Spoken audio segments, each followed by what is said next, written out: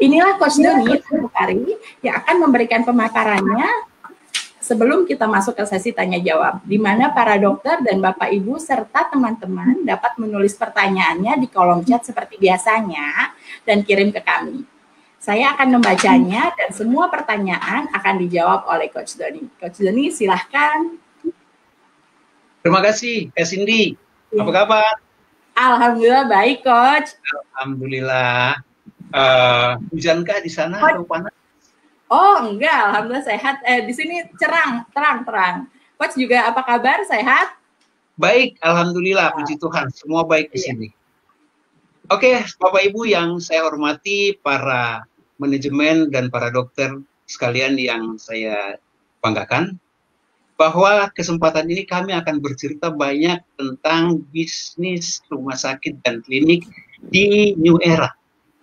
Kalau saat ini kita berbicara tentang kebaruan baru atau New Era, di mana kita tidak bisa berpikir lagi bahwa, atau kita tidak bisa mengatakan andai kata kita mengetahui hal ini sebelumnya, kita sudah lakukan ini. Atau andai kata saya tahu hal ini andai kata terjadi, aku sudah mempersiapkan ini, atau kami sudah mempersiapkan ini. Itu kemarin, Bapak Ibu yang saya Sekarang kita masuk dengan satu dinamika yang sudah ada, bahwa suka atau tidak suka, senang atau tidak senang, terima atau tidak terima, kita sudah ada di New Era atau normal era seperti yang kita alami saat ini. Dimana kalau kita melihat bahwa pemerintah sudah mulai mencanangkan, yuk mari kita hidup di New Era, di kebaharuan baru ini, dengan tata cara atau patron-patron SOP-SOP yang sudah tercipta selama perjalanan 3 bulan ini. Kita melihat bahwa saat ini kalau kita keluar, masker di mulut semua sudah menjadi hal yang biasa. Kalau mungkin di pertengahan Maret masih malu-malu, tapi sekarang sudah terbiasa. Kalau kita antri di mana saja, jaraknya sudah ada.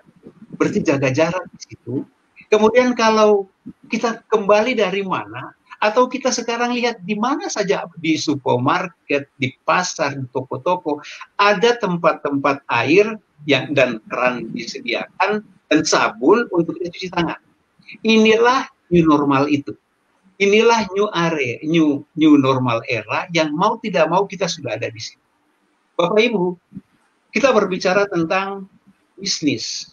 Di era ini semua bisnis terpuruk karena kondisi yang seperti kita alami saat ini. Begitu juga dengan bisnis rumah sakit. Banyak teman yang bertanya, yang berdiskusi bahwa apakah kita bisa maju dalam situasi seperti ini? Jawaban saya bisa. Kenapa bisa? Ya, kita memang diwajibkan untuk beradaptasi. Seperti tadi saya katakan, suka atau tidak suka kita harus terima. Kita beradaptasi dengan keadaan seperti ini, memang awal-awalnya tertatih-tatih, tapi kalau kita mau lakukan ini demi bisnis kita pasti mau.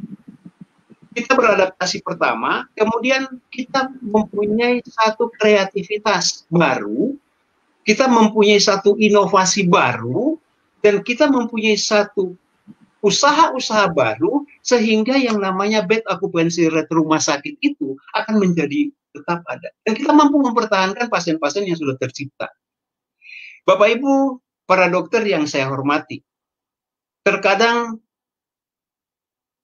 sebelum kita membuka satu usaha bisnis itu, kita selalu berpikir tentang visi dan misi yang harus kita capai.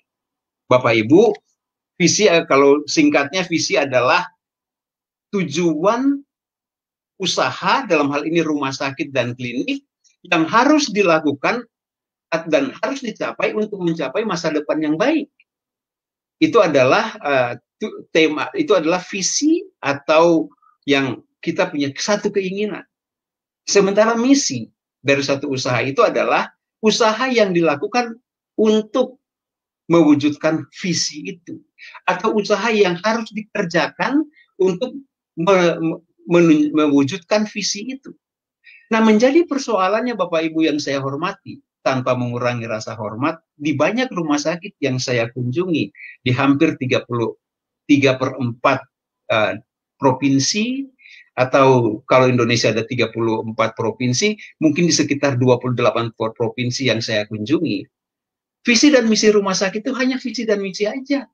Karena apa? Pada saat saya bertanya kepada masyarakat rumah sakitnya, pada saat saya bertanya kepada manajemennya sekalipun, mereka masih lupa dengan visi misi yang mereka dulu lakukan atau buat yang susah yang membuatnya itu. Padahal apa, Bapak Ibu yang saya hormati, kita harus ingat bahwa visi dan misi itu adalah tujuan kita untuk mencapai kinerja kita, untuk mewujudkan kinerja kita, untuk mencapai hasil. Sekarang kita sudah masuk di situasi yang seperti ini, di mana kompetisi sudah begitu terbuka bagi kita, karena biasanya satu area yang kecil pun sudah banyak rumah sakit yang ada di situ, sehingga kita harus mampu mewujudkan, menjalankan apa yang sudah kita tulis dalam visi dan misi itu. Sehingga pada saat masyarakat rumah sakit kita bertanya, apa visi dan misi kalian? Itu sudah menjadi roh dalam badannya. Sudah menjadi darah dagingnya, supaya pada saat dia melayani customer yang namanya pasien itu, dia lakukan sesuai dengan visi dan misi rumah sakit itu. Ada 5 modul yang kita bawakan hari ini, yaitu salah satunya adalah visi misi. Kemudian yang kedua adalah bagaimana ruangan-ruangan atau tempat-tempat unit peralatan yang ada di rumah sakit itu bisa kita kembangkan supaya ini mendatangkan kebaikan untuk kita, mendatangkan hasil, dan menciptakan bor bagi rumah sakit itu. Kalau kita berbicara tentang customer kita yang namanya pasien itu, Bapak, Ibu, dan para dokter yang saya hormati, rumah sakit tidak akan hidup tanpa pasien. Dan rumah sakit atau klinik akan berusaha sekeras mungkin, sekuat tenaga mungkin untuk mendatangkan pasiennya, sekaligus mempertahankannya, dan sekaligus dapat membuat maintenance yang baik, sehingga mereka juga menjadi duta marketing kita. Kemudian kita akan bicara lagi tentang produk-produk di rumah sakit. Bapak dan Ibu yang saya hormati, produk yang ada di rumah sakit menurut saya bukan alat-alat yang canggih-canggih itu. Tapi produk di rumah sakit adalah dokter spesialis yang betul-betul mempunyai kompetensi luar biasa yang ada di rumah sakit. Sehingga bila ada peralatan yang bagus, bila ada dokter yang bagus, sehingga fungsi the man behind the gun itu tercipta di sana. Banyak rumah sakit yang saya kunjungi mempunyai alat-alat yang bagus, tapi operator, dokter yang ada di belakang alat-alat tersebut tidak ada. Jadi hanya untuk mencapai satu keinginan untuk mempunyai peralatan canggih saja, tapi dokter-dokter yang menghandle-nya tidak ada. Saya mau kasih satu contoh, misalnya, hampir banyak rumah sakit mempunyai cita-cita mempunyai alat untuk kateterisasi jantung. Tapi kita tahu bahwa dokter spesialis jantung intensivis itu, intervensi itu sangat sedikit dan tidak banyak. Nah, di sini juga menunjukkan bahwa ada alat bagus, tapi demand-nya itu tidak ada, sourcing-nya itu tidak ada. Sehingga ini juga memacu dunia pendidikan di kardiologi untuk menciptakan, memproduksi banyak ahli-ahli intervensi kardiologi, sehingga ini dapat merata. Dan itu akan membuat semakin baik dan bermanfaat bagi masyarakat umum.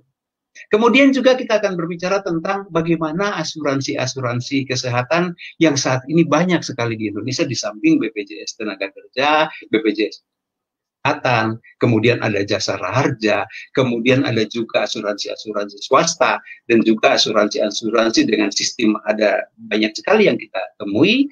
Bagaimana membuat ini supaya mendatangkan bor sebanyak-banyaknya, atau kita mampu mempertahankan pasien-pasien, bed occupancy rate, yang menciptakan bed occupancy rate di rumah sakit seperti sebelum terjadi masa pandemik ini.